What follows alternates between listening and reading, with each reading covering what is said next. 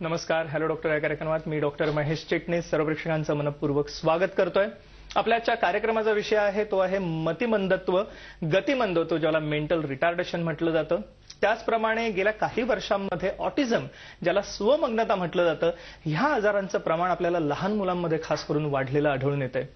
गेल्या काही वर्षांमध्ये लहान मुलांचे मेंदूचे विविध आजार, ज्याच्यामध्ये सेरिब्रल पाल्सी सारखा आजार आहे, मस्क्युलर डिस्ट्रॉफी सारखा आजार आहे, फिट्स किंवा एपिलेप्सी ज्याला म्हटलं जातं, या विविध आजारांमुळे मतिमंदत्वाचं प्रमाण हे लहान मुलांमध्ये वाढलेलं आहे. अर्थातच मॉडर्न मेडिसिनमध्ये किंवा ॲलोपॅथीमध्ये ह्यासाठी कुठलेही ठोस उपचार हे आत्ता तरी दृष्टीपथात नाहीयेत आणि म्हणूनच संपूर्ण जग आयुर्वेदाकडे एक आशेचा किरण म्हणून ह्या सर्व उपचारांसाठी किंवा ह्या रोगांवरील उपचारांकडे बघत आहे.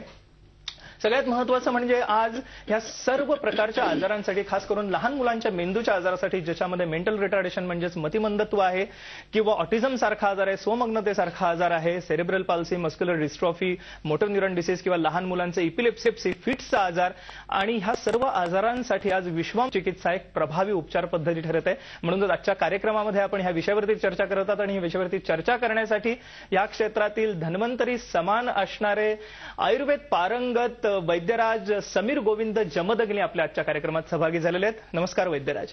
नमस्कार. मी मगाशी सांगितल्याप्रमाणे आज विश्वामृत चिकित्सा हा विविध प्रकारच्या दीर्घकालीन आजारांसाठी आशेचा किरण ठरलेली अशी चिकित्सा आहे. आपण ह्या अनुषंगाने विश्वामृत चिकित्सालयाची या ठिकाणी एव्ही बघणार आहोत.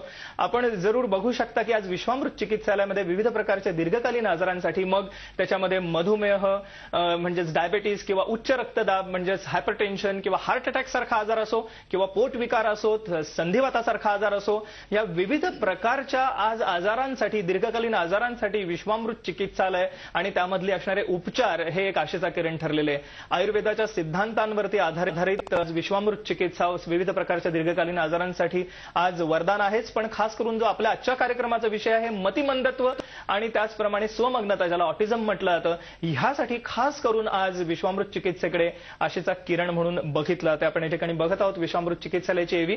आज विश्वामृत चिकित्सालयामध्ये सर्व प्रकारचे उपचार, ह्या खास करून आयुर्वेदाच्या सिद्धांतांवरील आधारित असणारे औषधोपचार, पंचकर्म आणि विशेष चिकित्सा हे एकत्रितपणे पुरवल्या जातात. आणि विश्वामृत चिकित्सालय सध्या पुणे आणि मुंबई या दोन्ही ठिकाणी कार्यरत आहेत. आपण त्यांच्या संपर्कासाठी नंबर जरूर टिपून घ्या आणि आपले प्रश्न या ठिकाणी जरूर विचारू शकता.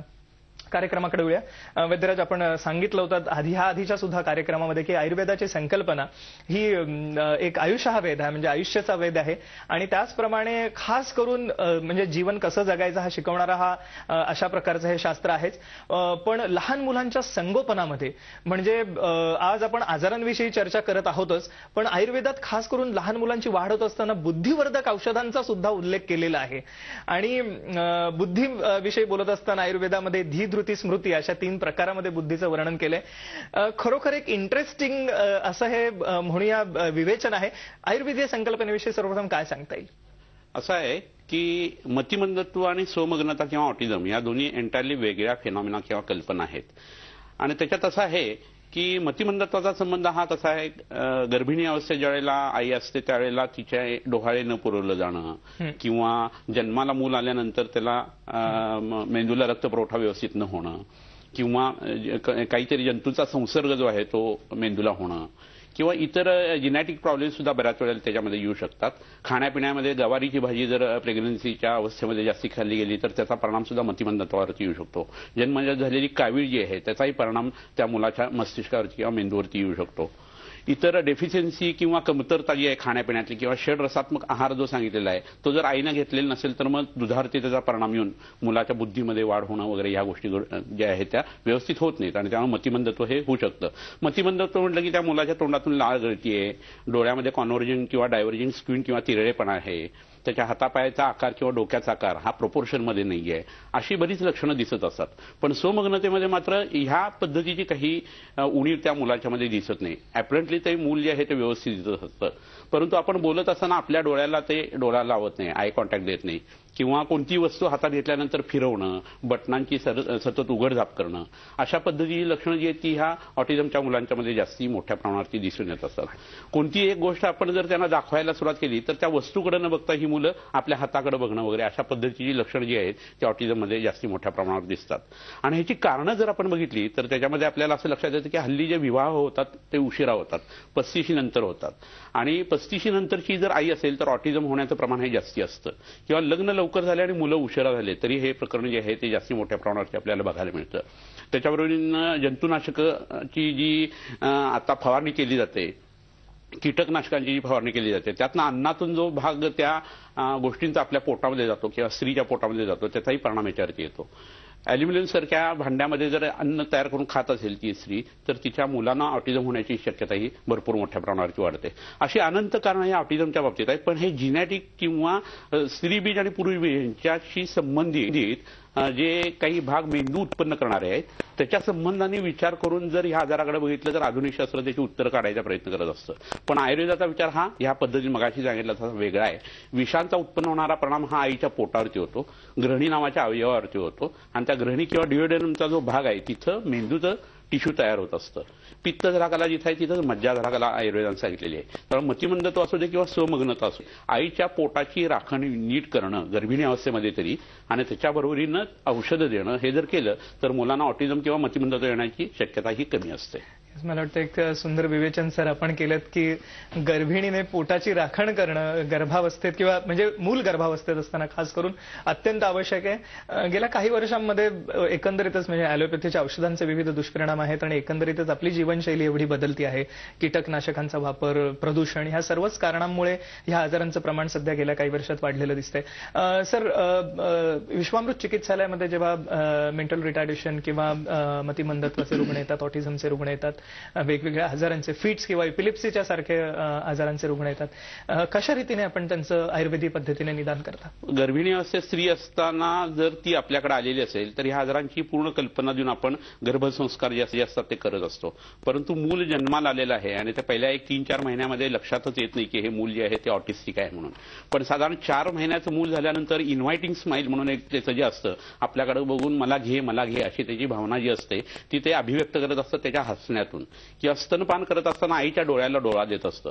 असं जर ती मुलं लहान करत नसतील तर त्याच वेळेला त्यांना कॅच करता येतं आणि ती स्वमग्नतेची असण्याची शक्यता असू शकते. तर हे लक्षात जर घेतलं तर मग वैद्याकडे आल्यानंतर त्या रुग्णाची जी नाडी परीक्षा आहे ती तर केली जाते, पण आईला या संदर्भामध्ये सांगून नंतर मग त्या मुलाला अंगावरती दूध पित असल्या कारणानं आईला आणि त्या मुलाला अशा दोन्ही पद्धतीने आपण ट्रीटमेंट देत असतो.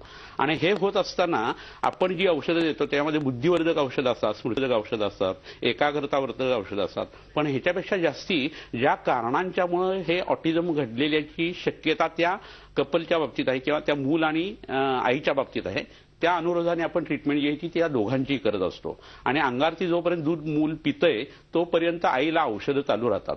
असं ज्यावेळेला आपण 3 वर्षापर्यंत करतो आणि मूल जेव्हा आईच्या अंगारनं सुटतं त्यावेळेला आहारातून काही औषधं जी आहेत ती मुलांना दिली जातात आणि ह्या मुलांच्यामध्ये त्याचा निश्चित चांगला परिणाम येत असतो. येस, आपण नाडी परीक्षेची या ठिकाणी क्लिपिंग बघतोय या अनुषंगाने. सर, नाडी परीक्षेचं महत्व खूप आहे विश्वामृत चिकित्सालयात, काय सांगता येईल? नाडी परीक्षा ही नाथ नाडी परीक्षा आहे आपण जी आपल्या दवाखान्यामध्ये विश्वामृतमध्ये करत होती आणि त्याच्यामध्ये एका विशिष्ट पद्धतीने नाडी बघितली जाते. रुग्णाचं हृदय आणि वैद्याचं हृदय हे त्या नाडीच्या स्पर्शाने एकत्र होतं आणि त्या मनाची जी कल्पना सांगितलेली आहे आयुर्वेदानी किंवा आत्म्याची जी कल्पना सांगितली आहे ती हृदयामध्ये सांगितलेली आहे. आणि रुग्णाच्या हृदयामध्ये असलेला जो आत्म तत्व आहे किंवा मन जे आहे त्याच्यात उत्पन्न होणारे अभ्यंतर जे भाव आहेत ते त्या नाडीतून वैद्याला समजतात, वैद्याच्या हृदयाकरवी समजतात आणि त्या आजाराचं निदान निश्चित होतं. कुठनं तो आजार उत्पन्न झाला आहे, कशामुळे झालेला आहे आणि त्याची ट्रीटमेंट काय करावी या संदर्भातली सगळी जी माहिती आहे ती नाडी परीक्षेतनं त्या मिळू शकते. अशी नाथ नाडी परीक्षा हे एक आपल्या दवाखान्याचं वैशिष्ट्य म्हणता येईल. येस, विश्वामृत चिकित्सालयाचं हे एक वैशिष्ट्य आहेच, नाथपंथीय नाडी परीक्षा. पण सगळ्यात महत्त्वाचं म्हणजे आज विश्वामृत चिकित्सालयामध्ये खास करून मेंदूच्या आजारांसाठी, लहान मुलांच्या मेंदूच्या आजारांसाठी ज्याच्यामध्ये इपिलिप्सी फिट सारखा आजार आहे, cerebral palsy, muscular dystrophy, autism किंवा मेंटल रिटार्डेशन, मतिमंदत्वावरती आज विशिष्ट पूर्ण चिकित्सा उपलब्ध आहेत ज्याच्यामध्ये नैसर्गिक वनस्पती वनस्पतींचा वापर आहे, त्याचबरोबरीने पंचकर्मासारख्या औषधांचा वापर आहे किंवा जलौकाचरण अग्निकर्मासारख्या विशिष्ट किंवा वैशिष्ट्यपूर्ण चिकित्सांचा वापर आहे. आज आपण आता ह्या कार्यक्रमामध्ये पुढे जाणून घेणार आहोत की काय वैशिष्ट्यपूर्ण चिकित्सा ह्या आजारांसाठी विश्वामृत चिकित्सालयामध्ये उपलब्ध आहे. सगळ्यात महत्त्वाचं म्हणजे मी मगाशी सांगितल्याप्रमाणे विश्वामृत चिकित्सालय आता पुणे मुंबई या दोन्ही ठिकाणी कार्यरत आहे. आपण त्यांच्या संपर्कासाठी स्क्रीनवर नंबर बघत आहात, ते जरूर टिपून घ्या. सर्व प्रकारच्या दीर्घकालीन आजारांसाठी विश्वामृत चिकित्सालय आता एक आशेचा किरण ठरत आहे. वेगवेगळ्या प्रकारचे आजार आहेत, ज्याच्यामध्ये हृदयविकारासारखा आजार आहे, पोटविकारांसारखा आजार आहे, संधिवातासारखा आजार असो, या विविध प्रकारच्या आजारांसाठी आज विश्वामृत चिकित्सालय एक आशेचा किरण ठरत आहे. सर, आपण आता कार्यक्रमाच्या पूर्वार्धात निदानाविषयी सांगितलं. वैशिष्ट्यपूर्ण चिकित्सा आज उपलब्ध आहेत विश्वामृत चिकित्सालयामध्ये, काय आहेत त्या? याच्यामध्ये काही वनस्पती आपण मुद्दामून इथं आणलेल्या आहेत. तर ही ब्राह्मी नावाची वनस्पती आहे. त्याचाच नीरब्राह्मी म्हणून दुसरा एक वैशिष्ट्यपूर्ण असा एक प्रकार जो आहे तोही उपलब्ध आहे. ही वनस्पती हिरवी वापरणं जास्ती इष्ट असतं. हिरव्या वनस्पतीचा रस जर वापरला तर ह्याच्यामध्ये मॅग्नेशियम असतं क्लोरोफिलमध्ये, आणि आपल्या शरीरामध्ये रक्तामध्ये जे असतं ते आयर्न असतं. तर ते आयर्न जे आहे ते या मॅग्नेशियम जे आहे ते या आयर्नने रिप्लेस होतं, आणि अशा रक्ताचा पुरवठा ज्यावेळेला आईच्या दुधातून त्या मुलाच्या मेंदूला होईल किंवा मूल ज्यावेळेला हा रस सेवन करेल त्यावेळेस त्याच्या मेंदूवरती या औषधाचा डायरेक्ट चांगला परिणाम उत्पन्न होतो. आणि नवीन ब्रेनचं टिश्यू उत्पन्न होण्यासाठी आयुर्वेदाने जे ग्रहणी किंवा डिओडेनम वरती परिणाम घ्यायला सांगितलेला आहे तो ह्या वनस्पतीने खूप चांगल्या पद्धतीने करतो. अतिशय मेध्य किंवा बुद्धी वाढवणारी ही वनस्पती आहे, आणि जाण जी आहे ती मुलांची पटापट वाढते.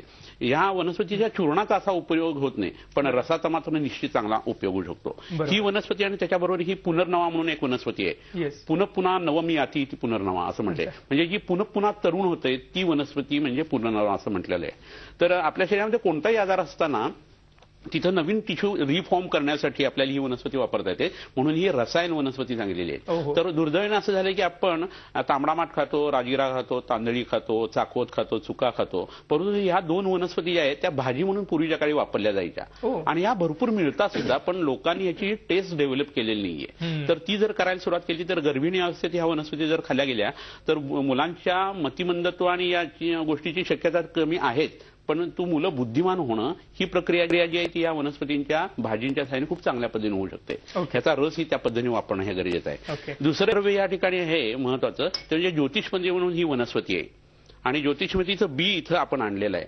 तर या ज्योतिषमतीच्या बाबतीत असं म्हटलेलं आहे की ज्योतिषमती कटुतिक्ता सराकप समीरजित अत्युष्णा वामनी तीक्ष्णा वन्नी बुद्धी मतिप्रदा, या अग्नीलाही चांगलं करणारी आणि जी गोष्ट अग्नीला किंवा भूक वाढवणारी आहे या सगळ्या वनस्पती या बुद्धीला उपयोगी पडतात.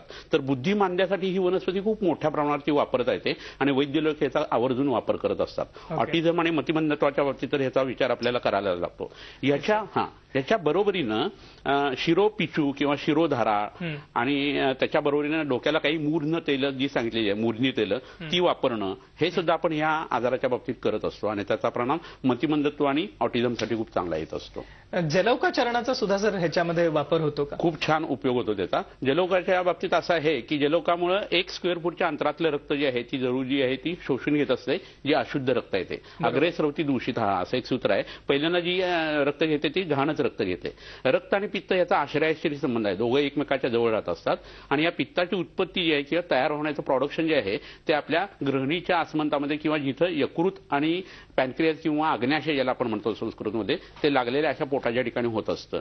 तर त्याचा परिणाम म्हणून मेंदूची वाढ चांगल्या पद्धतीने होणं 3 वर्षापर्यंतच्या मुलांची, आणि मतिमंदत्वाचा जो परिणाम आलेला आहे किंवा ऑटिझमचा जो परिणाम आलेला आहे मेंदूच्या वरती तो उत्तम पद्धतीने काढण्यासाठी आपण जलौकाचरण करत असतो. आता आपल्याला इथं टीव्हीवरती ते बघायला मिळतं.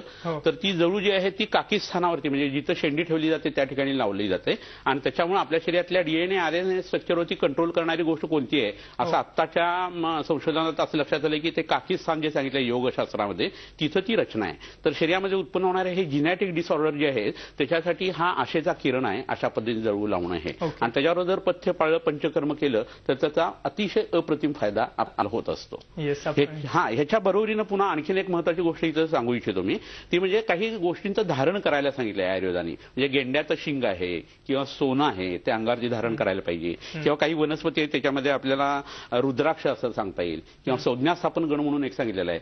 त्याच्या वनस्पती ज्या आहेत त्या जर शरीरावरती धारण केल्या गेल्या तर त्याचा परिणाम हा बुद्धिश्रुती एकाग्रतेवर्धेसाठी खूप चांगला होतो, आणि त्याच्याबरोबर बरोबरीनं ऑटिझमच्या मुलांसाठी सुद्धा त्याचा उपयोग होतो.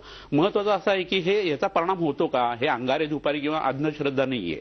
समजा एखाद्या जनावराला खुऱ्या रोग झाला तर करंजाचं पाळ जे आहे ते त्याच्या गुडघ्याला लावण्याची पद्धत आहे, किंवा वावडिंग जे आहे ते जर त्याची धुरी तयार केली किंवा ठेवलं तर त्याच्या आजूबाजूला जंतू जे आहे ते वाढत नाहीत, बॅक्टेरिया येऊ शकत नाहीत. इपिझॉटॉमी नावाचं जे ऑपरेशन आपण करतो, स्त्रियांना ज्यावेळेला डिलिव्हरी होत असते त्यावेळेला जो कट घेतला जातो, त्यासाठी हे प्रयोग झालेले आहेत आणि संशोधन झालेलं आहे की तिथं वावडिंगाची जर धुरी दिली तर सेकंडरी इन्फेक्शन होत नाहीत आणि अँटीबायोटिक वापरायची गरजच पडत नाही. लेअर टू लेअर सुचर सुद्धा करायला लागत नाही आणि ती जखम भरून येते.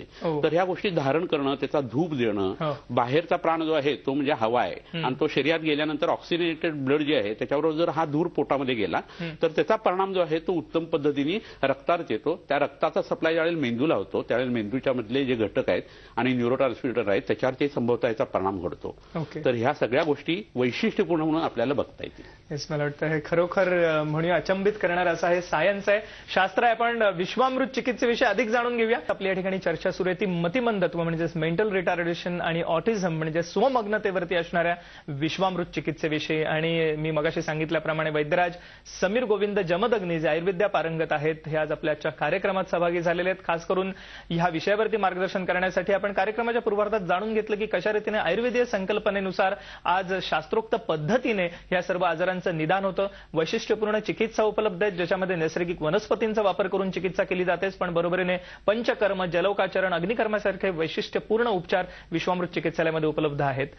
विश्वामृत चिकित्सालयामध्ये आज सर्वच प्रकारच्या दीर्घकालीन आजारांसाठी उपचार उपलब्ध आहेत. आज जो आपला कार्यक्रमाचा विषय आहे मतिमंदत्व आणि ऑटिझम ह्यावरती तर उपचार आहेतच, पण ह्याच्या व्यतिरिक्त सर्व प्रकारच्या दीर्घकालीन आजारांसाठी खास करून पोटविकार असोत, संधिवात असो, गुडघेदुखी असो किंवा हृदयविकारासारखा आजार असो, डायबिटीस सारखा आजार असो, या सर्व प्रकारच्या आजारांसाठी आज विश्वामृत चिकित्सालय एक आशेचा किरण ठरलेला आहे. पुन्हा एकदा कार्यक्रमाकडे वळूया. आपण संपर्कासाठीचे नंबर जरूर टिपून घ्या आणि आपण आपले प्रश्न ह्या पुढील नंबरवरती जरूर विचारू शकता. सर, मगाशी आपण सांगितलं की वैशिष्ट्यपूर्ण चिकित्सा आज उपलब्ध आहेत ज्याच्यामध्ये वेगवेगळ्या नैसर्गिक वनस्पती आहेत, जलौकाचरणाचं आपण हे बघितलं. ह्या व्यतिरिक्त अजून आम्हाला काय सांगता येईल? बस्ती चिकित्सा नावाची जी चिकित्सा आहे एक प्रकारचा औषधी एनिमा, खरं एनिमा म्हणणं हे योग्य नाहीये परंतु लोकांना समजण्यासाठी हा शब्द आपण वापरलेला आहे.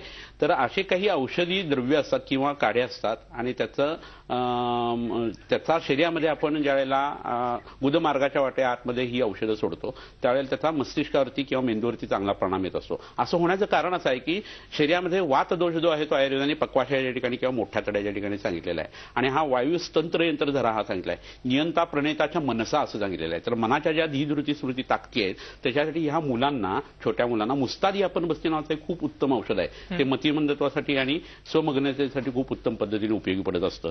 त्याच्याबरोबरीने पिंपळाच्या पानावरती या मुलांना जर आमटी भात जर खायला घातला तर त्या पिंपळाच्या पानाचा अतिशय उत्कृष्ट उपयोग या मुलांना होत असतो. यांच्या डोळ्यामध्ये स्क्विंट असेल तर एकांगवीर रसासारखं औषध आपण त्यांना देऊ शकत असतो. तोंडातून लाळ सतत गळत असते अशा वेळी त्यांना कचोरा चूर्ण नावाचं एक चूर्ण आहे ते तोंडाला आतून लावण्यासाठी म्हणून आपण वापरत असतो. याच्या बरोबरीनं काही तुपं आयुर्वेदाने सांगितलेले आहेत. पंचगव्य घृत म्हणून सांगितलेलं आहे, महापैशाची घृत म्हणून सांगितलेलं आहे. ही जी आहे ती पोटात जर दिली तर त्या मुलांची बुद्धी तर वाढते, स्मृतीही तर होते, इतर आजार जे आहेत तेही कमी होतात, त्यांची व्याधी प्रतिकार शक्ती जी आहे ती सुद्धा उत्तम पद्धतीने वाढायला लागते आणि इतर मुलांच्या बरोबर ती मुलं कॅचअप करायला सुरुवात करतात. मला वाटतं खरोखर एक वैशिष्ट्यपूर्ण चिकित्सा होती आपण ज्या संदर्भात ऐकलं. आपण या अनुषंगाने काही रुग्णांचं मनोगत जाणून घेऊया. त्यांना काय वाटतं विश्वामृत चिकित्सालयाविषयी? माझा मुलगा जुबे जन्मानंतर जी टप्प्याटप्प्याने वाढ व्हायला हवी होती ती त्याच्यामध्ये होत नव्हती. म्हणून आम्ही डॉक्टरांचं सांगितलं. डॉक्टर म्हणाले की त्याच्यामध्ये जनुकीय दोष म्हणजे डाऊन सिंड्रोम आहे, त्याच्यामुळे मतिमंद आहे तो. मग आम्ही फेब्रुवारी 2012 मध्ये डॉक्टर जमदग्नी यांच्याकडे आलो. मुलाची त्यावेळेस अशी स्थिती होती की त्याला नीट शब्दोच्चारण करता येत नव्हते, एकाग्रता नव्हती, उत्साह नव्हता, काही गोष्टी तो विसरून जायचा. नंतर आम्ही डॉक्टरांचं औषध सुरू केलं. डॉक्टरांनी औषधं तर दिलीच, त्याचबरोबर लेप लावणे, परत काढा तयार करणे, अन्नातील पथ्य हे महत्वाचं त्यांनी आम्हाला सांगितलं. ट्रीटमेंट घेतल्यानंतर आम्ही खूपच असं समाधानी झालो कारण आता त्याच्यामध्ये शब्द उच्चारण जे आहेत ते अगदी स्पष्ट वगैरे आम्हाला समजतात. आकलनशक्ती वाढलेली आहे, एकाग्रता वाढलेली आहे. इतकंच काय स्वतःची सर्व कामे तो स्वतःच करतो. उत्साह पण वाढलेला आहे. नमस्कार, मी प्रसाद पद्माकर विवेक. आमचा मुलगा मयंक याला जन्माच्या दुसऱ्या दिवशी फिट्स आल्या होत्या आणि त्यामुळे त्याला औषध उपाय केल्यानंतर MRI स्कॅनमध्ये असे दिसून आले की त्याच्या मेंदूला सूज होती आणि ज्याच्यामुळे डॉक्टरांनी डिलेड माइलस्टोन्सचे निदान केले होते, ज्या कारणामुळे त्याला बोलताना अडचण येत होती, तो हातापायाचा वापर नीट करू शकत नव्हता आणि तो उठून बसू शकत नव्हता. म्हणून आम्ही डॉक्टर जमदग्नी यांच्याकडे साधारणपणे वर्षभरापूर्वी ट्रीटमेंट घेण्यास सुरुवात केली. डॉक्टर जमदग्नी यांनी त्याला बांबू शूट्सचा लेप लावणे, त्याला तेलाने मसाज करणे, प्रेशर पॉइंट्सला मसाज करणे, अश्वत्थ भोजन इत्यादी औषध उपाययोजना केली. त्यानंतर त्याचा परिणाम चांगल्या पद्धतीने दिसून आलाय आणि तो आता स्वतःहून छानपैकी बोलू शकतो, उठून बसतो, त्याला उभं राहण्याचा त्याचा स्पॅन वाढलेला आहे, तो आता स्वतःहून चालण्याचा प्रयत्न करतोय आणि त्यामुळे औषध उपाययोजना जी डॉक्टर जमदग्नी यांची जी औषध उपचार झालेले आहेत त्याचा आम्हाला अत्यंत फायदा झालेला आहे. आपण बघितलं त्या रीतीने आज विश्वामृत चिकित्सालयामध्ये ह्या सर्व रुग्णांना त्याचा फायदा झालेला आहे.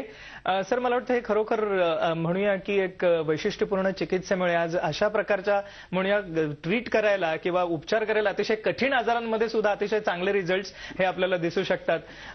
आजच्या कार्यक्रमात वैद्यराज आपण सहभागी झालात आणि एक अमूल्य मार्गदर्शन सर्वेक्षण केलं, त्याबद्दल मनपूर्वक आभार. धन्यवाद. नमस्कार.